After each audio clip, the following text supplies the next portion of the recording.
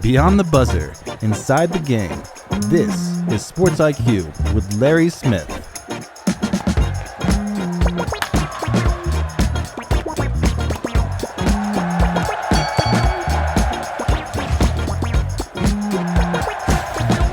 My goodness, we have got a great show for you. I'm going to hurry and get to headlines because we've got so much good stuff coming to you. Henry Oelhafen from Vanderbilt is joining us, talking about the Commodores. Another big game this weekend at Texas, so we'll get his comments here in just a couple of minutes. Happy to have him back on the show. And then a newcomer who has not been on SportsIQ before, Scott Roach. He's with Heavy.com. With this crazy coaching search, and we'll get kind of his thoughts, kind of break down some things the way he sees it, and some pretty good insights. So we'll talk with him as well. Let's jump right in right now with some headlines. Baseball, the Major League Baseball World Series in Toronto. Game 6 tomorrow night in Toronto, and the Blue Jays looking to win their third World Series title in as many tries. Last night, Davis Schneider hit the first pitch of the game out of the park, and then 2 pitches later, Vlad Guerrero Jr. did the same. Toronto a 2-0 lead, and they never trailed. 6-1 the final. How about Trey Yesavage? What a story. 12 Ks. That's a World Series rookie record. The 22-year-old, he began the season in A-ball, in the minors, but he is 3-1 this postseason. It was Don Newcomb who set the rookie record in the World Series with 11 strikeouts back in 1949 for the Brooklyn Dodgers, but no more. By the way, that was the first consecutive home runs to start a World Series game. Toronto now 3-2. LA, their bats have gone completely silent. Maybe they should try to find those on the plane ride to Canada.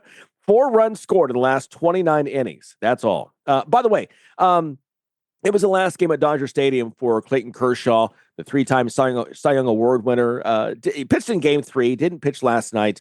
18 seasons. He's retiring here after this weekend. Former league MVP. Next time for him is Cooperstown. There's no question. 3,000 strikeouts. We're going to miss Kershaw in the Dodger uniform. Hey, the Twins, by the way, hiring former Pirates manager Derek Shelton to be their new skipper. Shelton was fired in early May after Pittsburgh's slow start. Was a Twins bench coach back in 2018 and 2019. The 55-year-old replaces Rocco Baldelli. Okay, college football now. LSU, one of 9 college football coach openings among Power 4 schools, but the only one, perhaps, that won't have their AD hire their next head coach. Louisiana Governor Jeff Landry telling reporters that the athletic director, Scott Woodward, won't get to pick Brian Kelly's successor. Landry has been critical of Woodward signing Kelly to a 10-year, $95 million deal, which LSU is now on the hook for $54 million buyout, although there's some talk that they're trying to negotiate that. Tampa will host the 2029 College Football Championship, joining Atlanta, Miami, and New Orleans as cities to host the game twice. Speaking of Miami, they will host this year's game coming up in January, Atlanta in 2027, and yes, New Orleans in 2028. New Orleans, the hometown of Arch Manning, who practiced with Texas on Wednesday, but still in concussion protocol, and it's unclear if he will get the green light to play Saturday against ninth-ranked Vanderbilt. One of the big stories in college football this year is Vanderbilt. Once again, I will slap you down if you say, no. Vanderbilt, 7-1? Yeah, first week in November? Yeah, I knew that. Come on, be honest. You did not. Vanderbilt, 7-1, 9th in the AP poll this week, and they're at number 20, Texas. Let's bring us back on. Man, we were just saying in the break, we really enjoyed having this guy on a few weeks ago before the Alabama game. Thrilled he squeezed some time in his schedule for us again this week. Henry Oelhafen, he's the sports editor for the Vanderbilt Hustler there in Nashville. Henry, good to see you again. Last time we talked to you, the team was undefeated. Oh, my goodness, they lost a game since then. What's the vibe like right now in Nashville on campus there about this Commodore football team? Yeah, well, Larry, thank you so much for having me on again. It was great to come on a few weeks ago, and it's definitely an exciting time here in Nashville. It is definitely Pavia pandemonium, as they say these days. That is the phrase that people tend to be using around Nashville right now, because Diego Pavia has fully launched his Heisman campaign, and people will have varying opinions about whether he can actually win that. But Vanderbilt Athletics and Vanderbilt Football released the campaign on all their socials, so it's an impressive time to see him performing at this level. I don't think he had the best game against Missouri. He didn't pop off the stat sheet necessarily, but people are definitely excited to get into First Bank Stadium in Nashville every week. And I think it's really become the thing to do on Saturdays, and they'll obviously hit the road against Texas this weekend. Yeah, Pavia didn't have the gaudy numbers, but listen, right now the big number you're looking for is in the W column, and he's got this team at 7-1 right now. Talk about this Missouri game, 17-10. We say all the time, these are the kinds of games you win if you're a true championship contender, and this is one. It was at home against a very good Tigers team. Talk about how this Commodores squad pulled out the win. Yeah, Clark Lea talked about it in his post-game presser. It's just, to be a really good team, sometimes you have to win ugly. And that's definitely what Vanderbilt did. It was tied 3-3 at halftime. Very little scoring. It was really a defensive battle through the most part of that game, through 3 quarters. I think Vanderbilt had some really big plays, which sort of shifted momentum. Missouri obviously had a missed field goal from 29 yards in the third quarter, but there was also a big strip by C.J. Hurd, who's a safety on Vanderbilt's team in that third quarter as well. So down the stretch, Vanderbilt was really impressive, and they ended up pulling out that win. I think Vanderbilt's defense proved a lot. They were on the field for a long time. I think over half the time possession battle, Vanderbilt lost that. So Vanderbilt's defense showed up in a big way. Their run defense has always been really good. Ahmad Hardy is obviously one of the best running backs in the country for Missouri. Vanderbilt held him to just under 5 yards per carry. So you look at those things, I think Vanderbilt's run defense really showed up. And Bo Pavia unfortunately went out in the third quarter with an injury. Obviously, hope he gets better. Never want to see that. But Zollers, who was their backup, looked pretty good as well and formidable. And it was a really tight game in Nashville. I think every Vanderbilt fan in that stand was intrigued by this game. It was definitely tight from the start. And I'm not necessarily surprised that the Commodores come out on top because their bend don't break defense really reigned supreme on Saturday. Yeah, defense wins, and they did that. They, like you said, they kept them in check, held him only at 10 points, even though they did have the injury to the quarterback, Pribble, as you mentioned. But 7-1 now, best start since 1941. You have a shot now to. I read somewhere only 4 9-win seasons in school history, and certainly that seems just right there. Saw another note as well on ESPN. First time that Vanderbilt's won 7 games before November since 1915. Did you even have electricity back then? I guess we did. 15. It's a long time ago. Ago. It definitely is. I mean, every week these new stats come out. I think everyone in the media, everyone in the athletics department, we don't really know when the last year. I've heard, 1947 was the last time Vanderbilt was ranked inside the AP top 10. That 1915 stat, as you said. So it feels like every week these records, keep getting broken, which is just a testament to what Clark Lea has done here on West End. I mean, Clark Lea's really built this thing from the ground up. 2 years ago, there was a 2-10 season that I personally had to cover as a sophomore here at Vanderbilt. So, I mean, you look at that season to where they are now, arguably a college football playoff contender. It's just been a massive rebuild for the Commodores, and it's all due part to Clark Lea's, coaching staff, which is now offensive coordinator Tim Beck, defensive coordinator Steve Gregory. A lot of those guys he's brought in the last 2 years have just been difference makers. Talking with Henry Oelhafen, sports editor for the Vanderbilt Hustler, as Vanderbilt, first time ever, 3 wins over the AP top 25, a chance for a 4th this weekend at number 20, Texas. I'll be honest with you. I have nothing to do with Vanderbilt. I don't cover the team. I've never attended a class there. Driven through campus a few times because my wife's from Tennessee and she wanted to show me the campus. But I take it as a slap in the face that the odds makers have Texas as a 2.5-point favorite, a Longhorns team that struggled to win back-to-back overtime games against teams they should have handled pretty seriously, Kentucky and Mississippi State. What say you? It's a great point. Vanderbilt is an underdog right now. People actually asked Clark Lea at the press conference yesterday, about being an underdog in this game, especially considering the 2 resumes, how Vanderbilt's looked in terms of the eye test as well. And he said he didn't even know that his team was an underdog. So I think that tells you right there that Vanderbilt has been an underdog for a long time. They aren't concerned about the images of, we're a 2.5-point underdog. That doesn't matter to them. I think they're ready to go out and play some football on Saturday. And I wouldn't be surprised. I think Texas has had a rough season relative to their preseason expectations. You look at Arch Manning, who's currently in concussion protocol, did not practice on Monday. We'll see about his status and availability come Saturday. But Texas does have their fair share of weapons, but I don't think they've really played to their full potential this year. So if you're Vanderbilt, I think you're going into this looking at, the areas of weakness that they've shown all year. Yeah. Texas really has preseason number 1.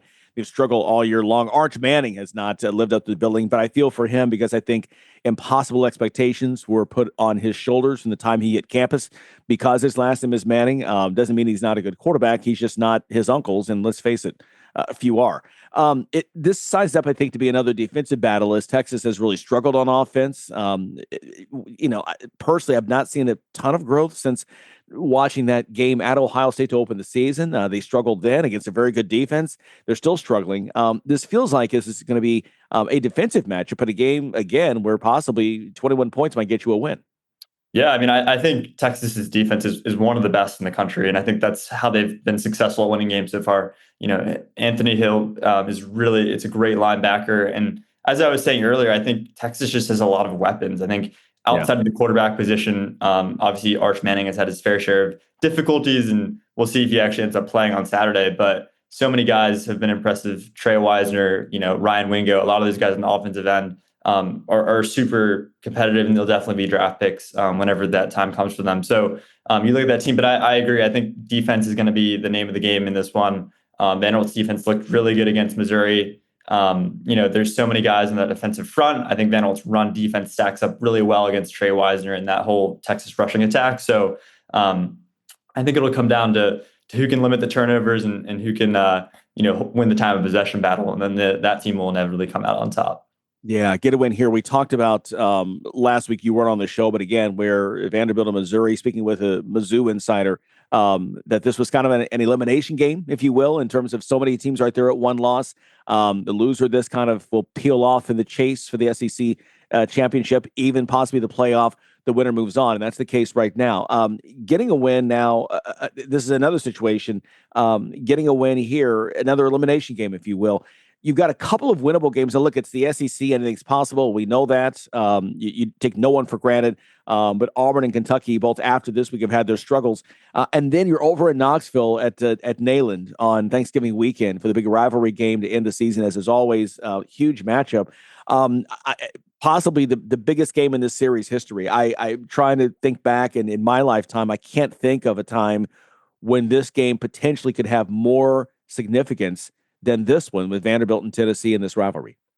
Yeah, I mean, you look at the schedule for Vanderbilt, it's really brutal, but that's any team in the SEC, to be honest. I think this game against Texas really is make or break in terms of the Commodores' playoff hopes, because you've got Auburn and Kentucky at home next, and you've got a bye week between Auburn and Kentucky. So, Kentucky's proven to be one of the worst teams in the SEC this year. So you look at that as a probable win for Vanderbilt. Auburn is obviously a bit of a tougher game, but that's at home as well. So if Vanderbilt's able to get through Texas, you're then 8-1. You've got 2 home games, and then you play a tough road game against Tennessee, which is in my mind that if things go to plan and things go to plan for Clark Lea and Vanderbilt, that could be a potential CFP type matchup in Neyland Stadium. So I mean it's exciting. I think this is, as a Vanderbilt fan, this is what you want to see. But this Texas game is really going to be important. And even if they do lose and Vanderbilt isn't able to come out on top against Texas this weekend, you could end the season 9-2 heading into Tennessee. So that is a real possibility. And it feels like a weird sentence to be saying Vanderbilt is in the college playoff conversation, but it definitely feels like it could be a reality come soon. Yeah, but I've said so many times, this is why, I'm old school, okay? And I was a skeptic with expansion and then give away with divisions. Why you do away with divisions? You can't do that. Don't do that. I love all of that. It's been great. It's made for must-see TV every single weekend, because every game, you get games now in early mid-November that mean something. There are more games and not just when you're looking for 4 teams. Well, this team, they're all just playing for a bowl game, but now you're playing for something. And again, other elimination. When I'm looking right now, 4 teams now with 1 loss in the SEC behind the undefeateds Texas A&M and Alabama. Have you, in your reporting, begun to research the crazy tiebreak scenarios that exist in the SEC? Because now it's looking like right now, because of the unbalanced schedules, every conference, it appears that Ohio State and Indiana are on a, they're on a fast track to meet each other in Indianapolis in the Big Ten. The SEC is one. The Big 12 had to do it last year. It looks like they may do it again this year, possibly. Have you begun to uncover that at all to try to figure out what those might be? Yeah, you look at the tiebreakers every year. I think we've got a lot of season left. I will probably dive deeper into them if Vanderbilt continues to win and can you just win, especially their next 2 games? So I haven't looked too much into it personally, but that reporting might come a bit later. But I mean, the SEC championship is definitely in play for Vanderbilt right now. Just the one loss against Alabama in conference play. So we'll see how all that works out. I expect more teams to lose and more teams to win in the coming weeks. So we'll definitely see how that shakes out. But I mean, the SEC championship would obviously, be a cherry on top to an incredible season for Vanderbilt, and obviously they have further aspirations beyond that as well. So, I mean, we'll see what happens. But I think Vanderbilt football, coming from hearing from Clark Lea yesterday as well in his press conference, they're very just focused on the next game, focused on what they need to do the next day in practice. So, yeah, that's fair. Since you and I have talked here on the show, we've had a ton of coaching moves, and certainly we discussed earlier this week. We kind of broke this down that potentially we could have more than half of SEC programs with a new head coach in 2026. When you look at not only the teams who have already dismissed their coaches. By the way, fun fact for those of you listening, Texas A&M's last 3 opponents, all 3 fire their coach. So there you go. Go impress your friends. Yeah. You could have some guys who are still fired at season's end, and then those who may leave for other programs. Clark Lea, obviously, what he has done makes him an attractive prospect. What's the conversation there in terms of Vanderbilt trying to keep the Wolves away? Yeah, I mean, it's a great question, and you see every day there's media buzz about who can fill these vacancies. LSU's Brian Kelly just was fired earlier this week as well. And, if you're looking at Vanderbilt from an outside perspective, you might think, Clark Lea is obviously an incredible coach. He's leading the Commodores to an historic season. But I think those close to the program and those covering it like myself from a media perspective do feel very confident that Clark Lea is quite bought into the Vanderbilt football program. He's a Nashville native, went to Montgomery Bell Academy, literally 10 minutes down the road, played for Vanderbilt. Vanderbilt's his alma mater. And I think he's very committed to Vanderbilt and very committed to building this program to what he believes it can be. There was a lot of really high profile recruits there on Saturday. And so, I think Clark Lea is fully bought into the Vanderbilt process. He's now been here for quite a few years, and I would be very shocked if he left. I'm sure the athletic department and I'm sure the administration will do all they can to keep him. But right now, as it stands right now, in my personal opinion, I think Clark Lea is here to stay.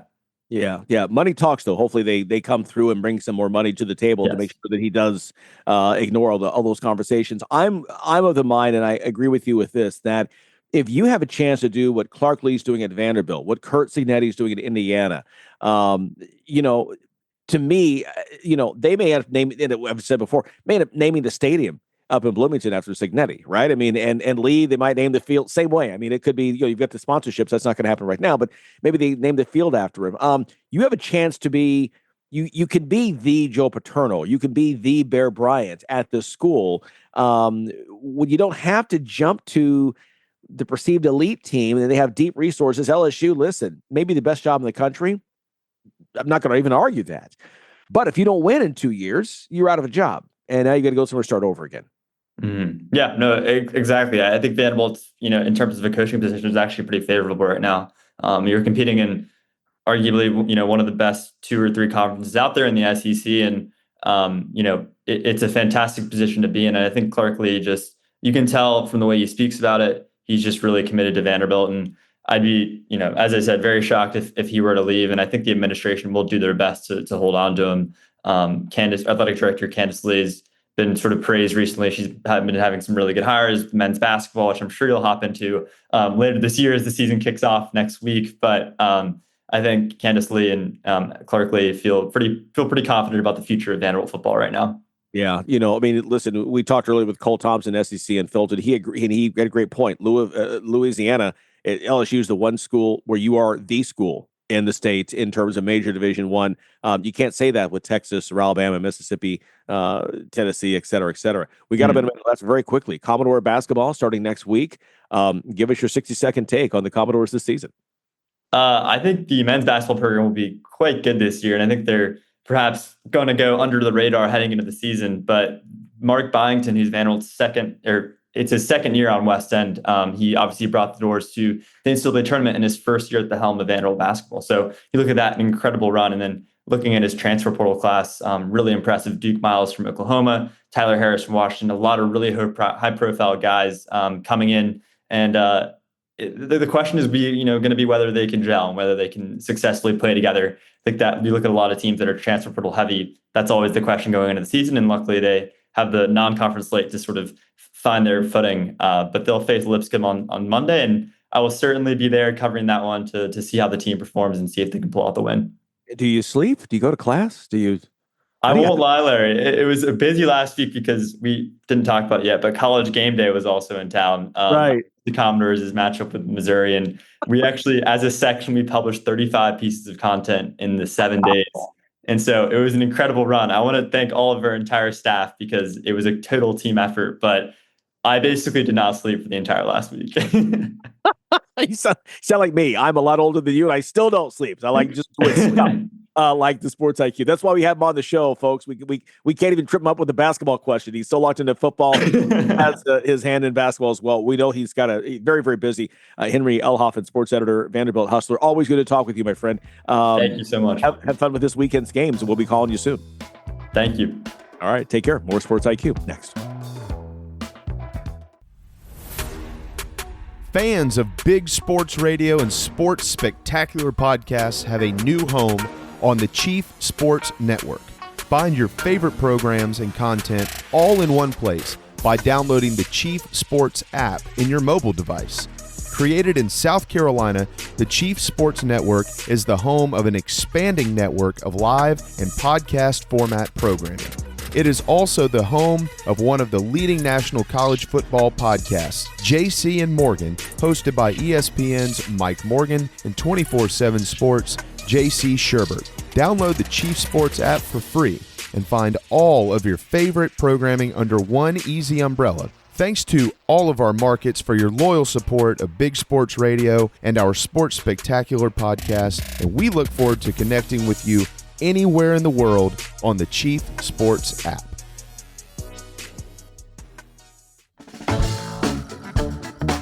You're listening to Sports IQ with Larry Smith. NFL tonight, it's Baltimore at Miami. Ravens 2-5, Miami 2-6. Hey, the Ravens could get Lamar Jackson back. He's missed the last 3 games with that hamstring injury. Since 1970, only 4 teams have started 1-5 and made the playoffs. Baltimore trying to break the trend there.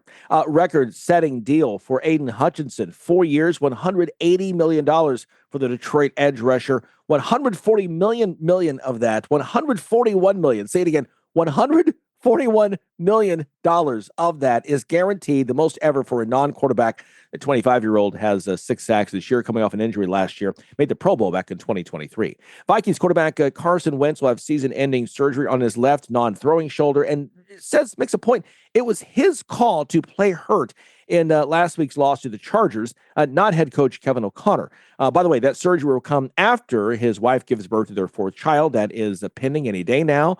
So he'll be out. He'll do surgery after that. J.J. McCarthy's missed the last 5 games with an injury, but he will be back and will start their next game.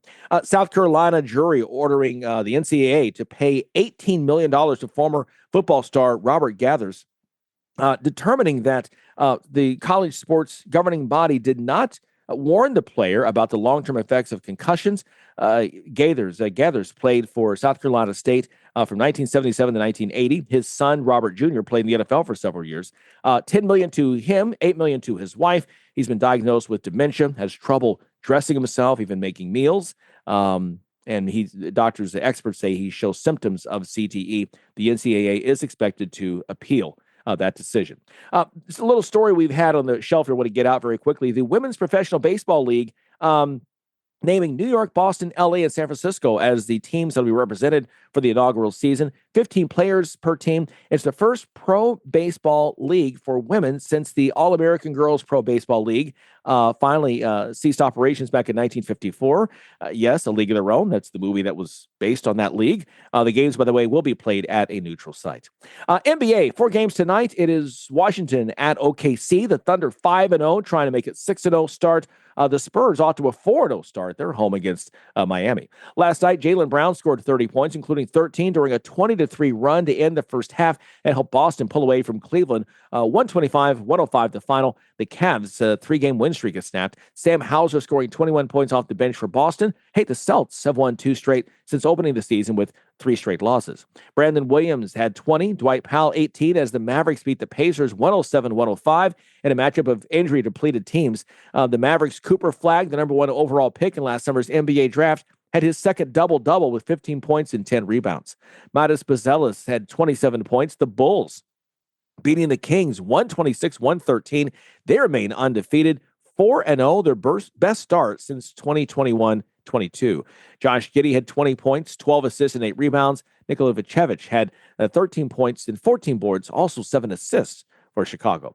Kevin Durant with 31 points. Jabari Smith Jr. added a season-high 25 as the Rockets stumped the struggling Toronto Raptors 139-121. Alperen Sengun had 18 points, 9 assists, and 8 rebounds as the Rockets won their second straight after beginning the season with back-to-back losses. Austin Reeves, a 12-foot winner in the lane right before the buzzer to finish with 28 points and lit the Lakers to the 116-115 victory over Minnesota. That was on the road. The T-Wolves had come back. They had a late 14-2 run to take the lead. Reeves matching his career high with 16 assists. Remember, he had 92 points combined in the 2 previous games. What a run he's been on with no LeBron, no Luka for the Lakers. A lot of L's there. Jake LaRavia had 27 points on 10 of 11 shooting. DeAndre Ayton, by the way, added 17 and 10 for the Lakers. All right, keep it here. We'll talk some college coaching news with Scott Roach. What's up with that carousel? Strap on. It's about to get crazy. That's next on the Sports IQ. Everything is expensive right now. Gas, food, you name it. You're spending more, you are making the same or less money. So, what do? You rack up credit card debt. That's what you do. It's not your fault. It's the economy. And guess what? If you rack up too much credit card debt like some of us, you can't pay your bills. Then the credit card companies, as nice as they are, start hounding you for money. Then you start your downward spiral. A smart thing for you to do is to call the Zero Debt. They can help you consolidate all your credit card bills into one affordable payment. Millions of people have done it. It works to make you debt-free. Make this free call right now. It costs you nothing to learn more. 800-507-7293. 800-507-7293. 800-507-7293. That's 800-507-7293. You're locked in to Sports IQ with Larry Smith. You know, the college football coaching carousel we've been talking about, that here we are, a couple days away from November. And yet this has been, our heads are spinning because the worst is still yet to come, right? So, but let's get right to it right now. Scott Roach joining us with writer for Heavy.com, Heavy Sports. You know, we've had a lot of his colleagues on, so we know this is going to be a good conversation. Scott, we're not trying to pressure you, but literally we've had some fantastic talks with some of your colleagues. So you're in the spotlight right now to deliver. I'll try the best I can. No, you'll be great. So listen, great to have you on the Sports IQ. Let's get into this. First off, we've all done this a long time, and we're all just stunned at not only the names of the people who have been pushed out, but the money involved. James Franklin, my goodness, the guy was in the playoff a year ago. I mean, it's one thing to have a great season, a 10-win season, and 2 years later you fall and then things are out. We're not even waiting a calendar year to make these moves. No, and I think you saw it with UCLA and Virginia Tech. I mean, they pulled the plugs right after the third week of the year. Yeah. So this started early. I think for James Franklin, I think the pressure has been built on him and put on him more than the school or he led to believe. And I think the school did what they had to do after that Northwestern loss, because I just think coming so close last year and then starting out 3-0, losing to Oregon at home, which in overtime, which is not a bad loss, but flying out to UCLA, coming home and losing to Northwestern, those are just losses against Big Ten programs that are not contenders. And I think everything kind of built up in the school had to move on from him. I do think he's going to land on his feet somewhere, but it was just a move that I think the school had to make with the rise in the talent in the schools in the Big Ten. Yeah, no, I agree with that. And I think this goes back to scheduling. If you had scheduled another Power Four conference, non-conference opponent and beat them, you could say, well, no, we're okay. But you scheduled 3 money games, you ran through them, and then the first 3 Power Four teams you face, Oregon again is Oregon. With that, like you said, you get a pass there. No, lose in overtime. It's nothing. It's no problem there. But then to lose at UCLA and then at home to Northwestern, even though the Wildcats are having a decent season, to your point, yeah, I do get that. I felt too that maybe we're seeing a lot of this. One, it's the money, but also the change in schedule in terms of the high school signing day, the transfer portal rules. You need to, or you may want to, have your crew in place, your new coaching staff in place earlier. That right now you really almost can't wait to January. That really puts you behind the 8 ball in terms of losing recruits and not getting the players that you want, your pick of the litter, if you will, when it comes to the transfer portal.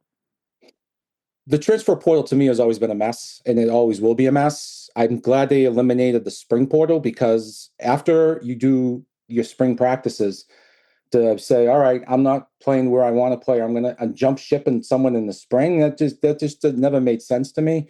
So I'm glad they did what they did with the transfer portal. What I think is going to happen is this carousel is going to be something like we've never seen before. And if I'm James Franklin, or if you're James Franklin, do you rush to sign with a Virginia Tech or an Arkansas or someone right now? Because there are jobs open, but there are going to be other jobs open. Yeah. And what's going to happen at Ole Miss with Lane Kiffin if he decides to go to LSU or Florida? What's going to happen at Florida State with Mike Norvell? What's going to happen at North Carolina with Bill Belichick? So I think that this is going to take some time to hammer out, but I agree with you. The transfer portal now being in early January, after most of the bowl games are over, but not the playoffs, I think is going to play a big factor into this as well. But if I'm James Franklin, someone like him, I'm just sitting back and just seeing what might open and what might be my best opportunity down the line, not just right now. Yeah. Do you think possibly, and I don't know, is there some fantastic jobs open right now, LSU, Florida, like you said, he may even wait another year, possibly, if he chooses. I don't see that happening, but he's got the money, so he's holding all the cards. I mean, if he doesn't like what he sees out there, he certainly could wait. I don't think that's going to happen, though. No, and from his appearance on College Game Day a couple of weeks ago, it certainly didn't sound like someone who's going to sit around and work on game day or Big Noon at Fox or something for you. It sounds like someone who's ready to get right back into it, hit the portal in January, build up a roster for next year at his next stop. If I'm him, I'm looking at the ACC. I'm looking at a Florida State, a North Carolina, something like that, because I think getting out of the Big Ten is going to be good for him, but I think going to the SEC is going to pose more challenges for him in terms of winning like he had at Penn State against the Ohio States and Michigans. So if I'm James Franklin, I am certainly looking for another job. I am looking at possibly the ACC and what opportunities are there for me to come in and win. And as you said before, transfer portal, money, resources, it's not going to take long for that to happen. Yeah. Talking here with Scott Roach of Heavy.com about the college football coaching carousel that is already spinning pretty much, and it's only going to get faster as we get closer to Thanksgiving and into December. You're right about the ACC, and the thing is, you're smiling, James Franklin, who you have built, not just built 2 programs, you have built 2 power programs and power conferences in Vanderbilt, where it's almost impossible to win. Clark Lea is doing it right now, but again, they stand out as anomalies, right, on a program that has not had a lot of success. And we've talked before with our Penn State friends, and they've reminded us that when James Franklin got to State College, when he arrived, this was one of the 10 worst jobs in college football, and it's easy to forget what he had to get through coming off the Joe Paterno scandal, Jerry Sandusky, and to get there. Talk about in terms of where it's probably too early to try to even guess where these guys might turn out, because while James Franklin is the number one name, you just mentioned Lane Kiffin may be the one domino you're waiting to fall, and see where he goes before other people choose. The funny thing is about it, I believe that Jimmy Sexton is the agent for both James Franklin and Lane Kiffin. Am I correct with that? You are. And Lane, I don't know if you saw it on the Pat McAfee show the other day, claimed that money's not going to be a deciding factor. And he's made that clear to his agent, who said, whoa, wait a minute. What are we talking about here? Money's a big factor to me. I think Lane Kiffin's going to have his pick of the litter. I think he's going to have whatever job he wants, whether it's LSU, Florida, Florida State, whatever opens. Maybe, who knows? There was rumors this weekend of Steve Sarkisian of Texas being interested in NFL jobs if they open up. I mean, maybe that opens up. I think Lane's going to be the one that drives this. I want to believe, Lane, that money is not a factor, but I think it is, because Florida and LSU can certainly give him more than Ole Miss gives him, unless Ole Miss decides to give him an extension. But I just think Lane is going to be, aside from James Franklin, Lane's going to be the one that's going to set the bar here. And I don't think he's in any rush to. And if you're Lane, you're 7-8-1 at Ole Miss. You're probably going to go 11-1. You're not going to make the SEC championship game, most likely, but you are going to be a top 8 seed, most likely, in the CFP. You're going to get a home game in the 5-8. So you're going to have someone coming to you. So you have a good chance of winning that, again, depending on the draw. And then you get to go play a top 4 seed at a neutral site in a bowl game. So I think that he's in a position where he's in a good spot there at Ole Miss to have a lot of success. And he has built that up rather quickly, and he has it rolling there. And whether money talks or not, he's going to be the one that ends up making the bigger decision as Franklin is. And I don't know if he's going to leave there. Yeah, it's tough. Some other names too that we've heard mentioned. Eli Drinkwitz is one, maybe leaving Missouri. There are people who feel that he's got probably one foot out the door. Clark Lea, Vanderbilt.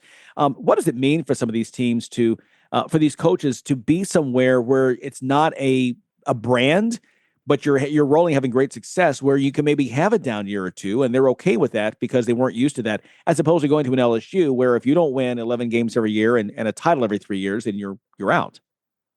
Well, look at Brian Kelly at LSU. His 3 predecessors won national championships, and he never really got them close there. So now he's on the way out the door.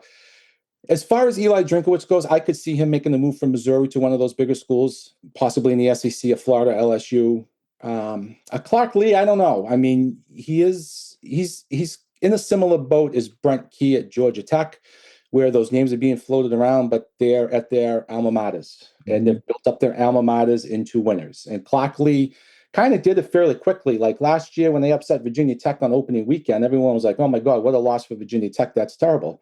Well, then they went ahead and beat Alabama. They get to a bowl game. They beat Georgia Tech. They get Diego Pavia back, and now look at them this year. And watching him on College Game Day the other day, it almost brought a tear to his eye what he's built that program up to and where they're at now in just a couple of years as being an alumni. So I think for him, I would be surprised if he bolted as well as Key at Georgia Tech. But you know as well as I do, at the end of the day, success is success. But in this day and age of NIL, money talks. Mm-hmm. And if someone's going to overpay for someone and throw you money and have you go there and have a chance to win, I think some guys would jump on that. Yeah. Has Curt Cignetti changed the game coming into Indiana, taking a program that's done nothing in its history, has them out ranked number 2, it appears, on the fast track to meet Ohio State in the Big Ten title game? They may be the best team in the Big Ten right now. I mean, they're rolling through everybody. What they did at Oregon, I thought, was incredibly impressive. But somebody coming in and winning in year 1 and then following up with an even better season in year 2, does that make other fan bases, do you think, a little more antsy and quicker to pull the trigger on some of these coaches? If, gee, he did it over there, why aren't you? But winning is hard. Winning in football is hard. But it just feels like now, with all the things we've already talked about, that it's almost a Cignetti factor where it's like, well, wait a minute. Well, this guy did it. We need to find a guy who can do it faster as well. Well, Cignetti came from James Madison, so he didn't even come from a power conference school. He came from a group of 5 where he had a lot of success. I'm not going to downplay that. And you look at Bob Chesney, came from Holy Cross to JMU, and he's having a ton of success this year. But I think what Curt Cignetti's done in Indiana is rather eye-opening in just a year and a half. I mean, it speaks to the volume of the transfer portal, where he got his quarterback from Cal, and look at the season he's having, a Heisman-type trophy season.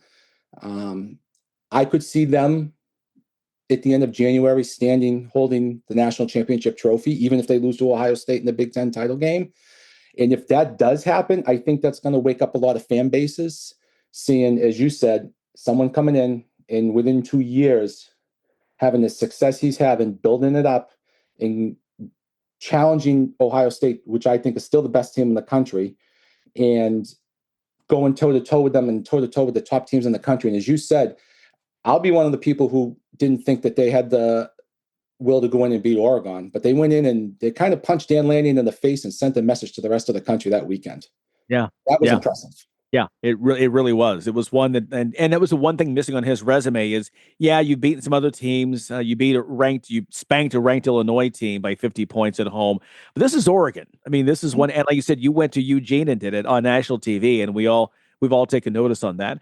We broke this down earlier this week on the show that we could have as many as 9 or 10 SEC coaches change, leave here in this offseason, have new coaches in 2026. We also could have as many as a third of the Power 4 coaches, 67 jobs in the Power 4 conferences, as many as a third change.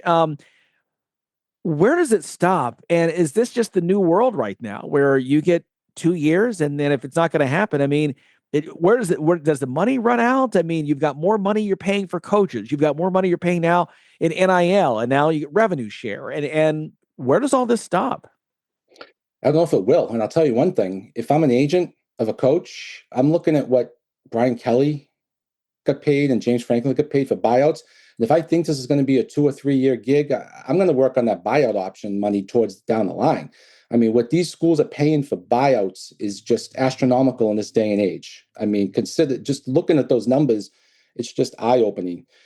I don't think this is going to change, and I think the expansion of the college football playoff is a big factor into it. You're up to 12 now, and I do believe at some point we're going to see 16 teams, and I think that's just going to put more pressure on coaches, more pressure on money, NIL money, more pressure on the portal, more pressure on recruiting. I just think there's going to be a sizable amount of pressure on coaches just based off the fact of the CFP expanding and teams with 2-3 losses being out of it in late November are still in it, and they could still look at Ohio State last year. Were they the 8th seed?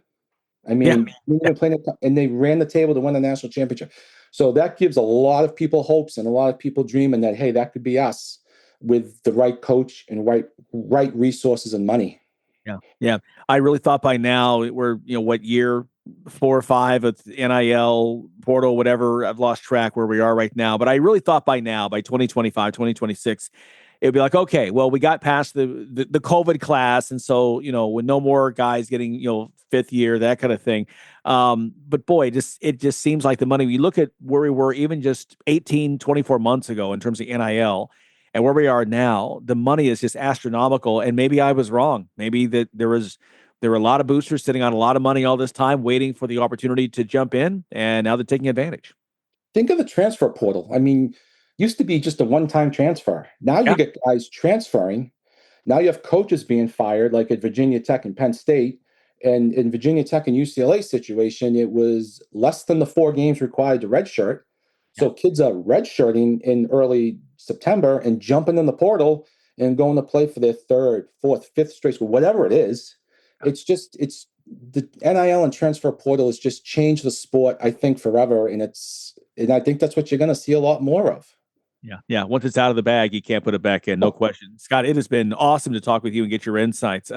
Hopefully you'll find time to join us again, as we're always looking for smart conversation. And by the way, you passed the test. Just like your other heavy.com colleagues. You're a fantastic conversationalist, really an expert in what you do. And so congratulations.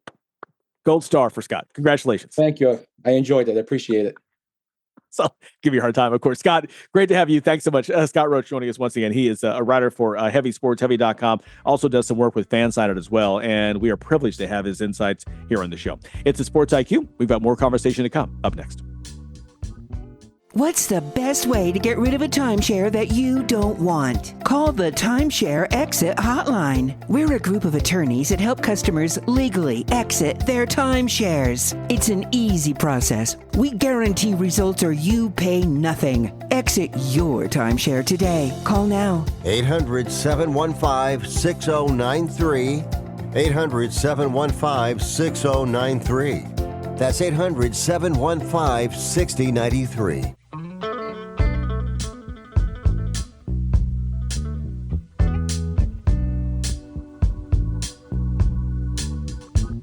So once again, off day today in baseball as the teams travel. We talked before, they don't take any time off. I don't care if you are going, from one part of the continent to another. Doesn't matter. You get 1 day to travel, and then you're going to play. I mentioned before, years ago, I was covering the World Series, Cardinals, Tigers, and there was a rain out on for Game 3. And so we ended up playing what would have been the travel day. Friday was Game 5. And if the Cardinals had not won that and clinched the championship, we've had to get to Detroit the next day. There were no direct flights from St. Louis to Detroit. It just doesn't, probably still today there aren't. It just doesn't happen. So we were trying to decide at the time whether they're going to drive from St. Louis to Detroit, which is possible, or try to fly, connect like in Cincinnati, and get there right before the first pitch. I mean, it's baseball. They waste no time, and that's fine. We waste no time. Producer Tony is joining us now. And Tony, you were talking about just these Blue Jays resiliency.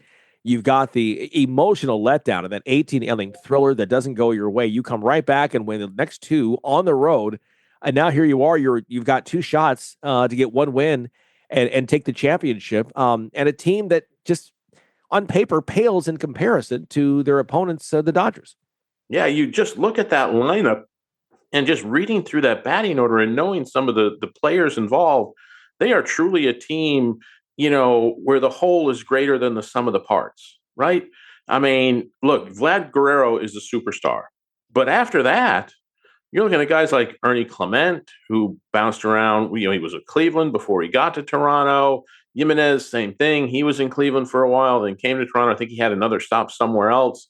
Alejandro Kirk, bless his heart, he's a decent catcher, but he looks like a bowling ball with legs.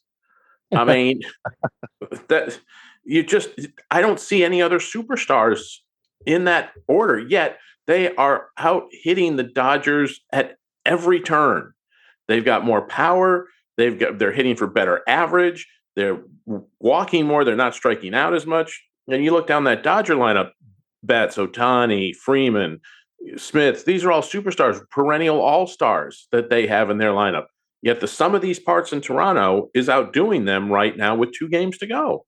Yeah, absolutely. Vlad Guerrero was the American League Championship Series most valuable player. He may be the World Series MVP right now, hitting .415 through these first 5 games right now. And you mentioned this lineup was also without George Springer. He was the big money guy you brought in from Houston who had the World Series experience. I had the big series in the LCS to get here. Last night he was without him. Bo Bichette's been injured and yet comes back in this series. And so you're exactly right. You're finding ways to get this done. The pitcher, Yesavage, we talked about, began the year in single A. I mean, he joined the team late in the season. He's been one of the pitching stars here in the postseason for them. Exactly. You take his, going into this series, especially when they announced the first game of Yesavage against Snell, I thought, okay, big advantage to Snell. Yeah. He pitched lights out in the first 2 rounds of the playoffs, 3-0, a .86 ERA. Guy had just looked unstoppable. Well, he's come crashing to earth in this World Series, and Yesavage has just kept going. You go from low A ball and you make it to the major leagues. Yeah. He's only been in the major leagues, Larry, 47 days. Yeah. That's it. And he's pitching in the World Series like he's a 10-year vet. Yeah. I mean, if there's a better story than this kid, somebody needs to get busy. If I were a script writer, I'd be writing this movie tomorrow. Right. So that I could get it filmed in the off season and, try to get it in screens by April 1st. Yeah. Yeah, absolutely. 22 years old. This is his 5th team he's been on in 2025. And like you said, you look at him, he looks as calm and collected. I mean, I'm thinking pitching at a World Series at my age, I'd be wetting my pants, and he steps up there and strikes out 12 of a $400 million payroll team.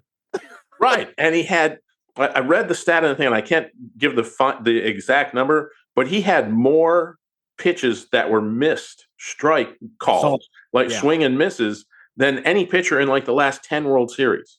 Yeah. I mean, it's just amazing for a rookie, 22 years old. Like I said, low A ball to start the season. You're thinking, okay, if I can, go into the season, I'm going to start low A. If I can get to double A this year, great.